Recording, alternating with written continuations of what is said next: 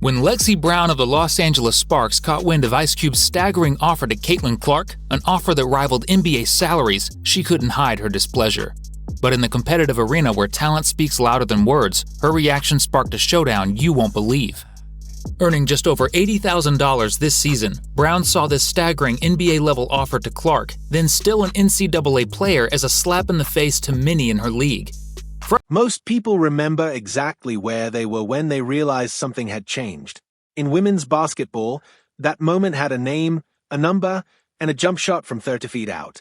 But while the rest of the world was reacting to Caitlin Clark from their couches and their timelines, one woman was doing something far more interesting. She was sitting 2 lockers down, watching everything unfold in real time, and quietly deciding what kind of teammate she was going to be. That woman was Erica Wheeler. And her story from that season is the one nobody tells enough. Clark walked into the Indiana Fever as the first overall pick of the 2024 draft. But calling her a rookie almost feels dishonest, because she arrived with more pressure, more spotlight, and more expectation than most veterans ever carry in their entire careers. She had already rewritten the record books in college. She had already sold out arenas. She had already changed the conversation around women's basketball before she ever played a single professional minute. And then the regular season started. And she went to work. 40 games started. 19.2 points per game, leading all rookies. 8.4 assists per game, also leading all rookies. 122 three-pointers made, again leading all rookies. But the statistic that really drew the line between Clark and everything that came before her? She led the entire WNBA in assists that year. Not just the first-year players.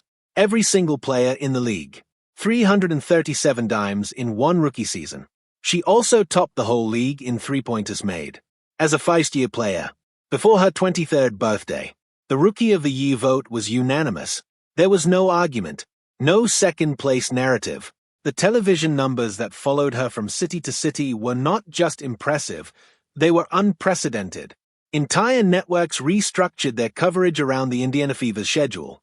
Advertisers who had never touched women's basketball before were suddenly paying attention. The sport was expanding in real time, and one player was the clearest reason why. But here is what no highlight reel shows you. Here is what no stat line captures. What was it actually like to stand next to that? To be on the same roster, playing the same position, competing for the same minutes, while the entire sports world orbited around your new teammate. Wheeler had been in the league for 9 years when Clark arrived. 9 years of fighting for her place, building her reputation, earning every minute she got. She was not a background player. She was not someone who had coasted through her career. She had done it the hard way, and she knew exactly what it meant when the Fever's front office made their pick. She knew what was coming, and she chose to walk toward it instead of away from it. Wheeler recently sat down to share what she actually saw from Clark that season, and what strikes you immediately is how clear-eyed her perspective is. No exaggeration in either direction. Just the honest account of someone who had real access. She already had it under wraps, Wheeler said. She didn't become a star when she got to the W. She was a star in college, so she knew how to be professional. She knows how to carry herself. That readiness is rarer than people realize. The jump from college basketball to the WNBA is not just physical. It is psychological. It is the difference between being celebrated in a controlled environment and being scrutinized on a national stage, night after night, with every mistake catalogued and every hesitation analyzed. Most rookies spend their first year just finding their footing in that environment. Clark arrived already knowing how to move through it.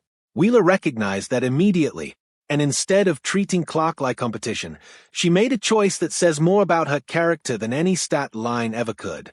I was more so being a big sister, Wheeler explained, to let her know, look, I know you're coming in. I'm probably going to lose my spot, and I'm okay with that because you are changing the game and I'm not bigger than the game. Sit with that for a second. A 9U professional, directly telling her new teammate that she was willing to step back because the bigger picture mattered more. That is not a speech. That is not a media moment. That is someone who genuinely understood what was happening around her and decided to be a part of it rather than resist it. She went further. She told Clark plainly, honestly, with no agenda attached, that she wanted to win with her. Not around her. Not despite her. With her. And Wheeler says that directness is exactly what turned a locker room relationship into something that has lasted beyond the team.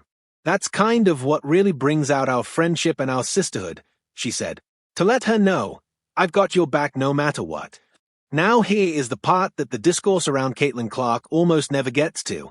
Because once you push past the records and the ratings and the debates about her place in the sports history, what Wheeler actually describes is someone remarkably ordinary in the best possible way.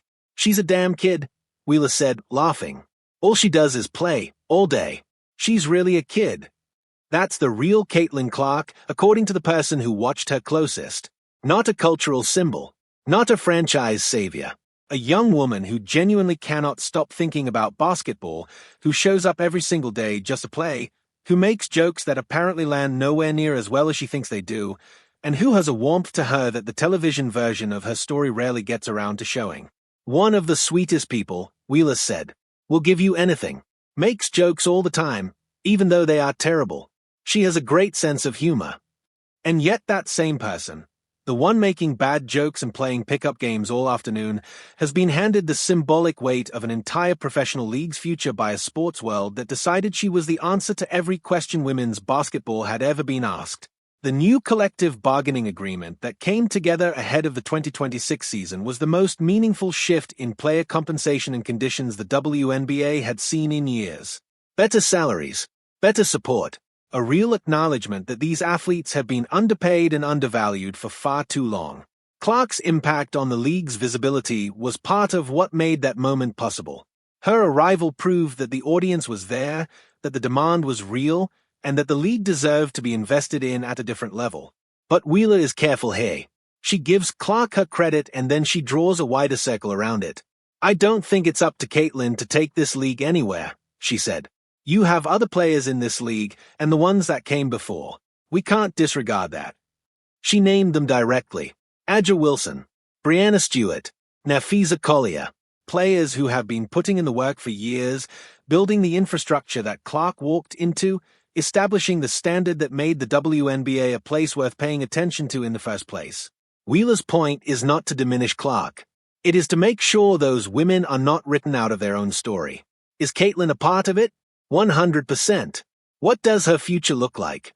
Very bright. As long as she keeps doing what she's doing, she'll be fine. That is the unfiltered version. Not a hot take crafted for engagement. Not a talking point. The straightforward read from someone who watched the whole thing happen from 18 inches away. The 2026 season is here now. Clark is back in Indiana. Wheeler is in Los Angeles with the Sparks, a new chapter, a new city, a new group of teammates. And within days of the season tipping off, they will be on the same floor again, this time facing each other. The Sparks host the Fever in LA, and the storyline writes itself on the surface. Reunion game, big market, national attention. But the real story underneath all of it is quieter and more honest than any of that. It is about a veteran who chose generosity over self-preservation, a rookie who turned out to be exactly who she said she was, and a friendship built in the middle of one of the most scrutinized seasons in the history of women's sports. Wheeler will be on that court ready to compete. The big sister role only goes so far. The rest of it is basketball.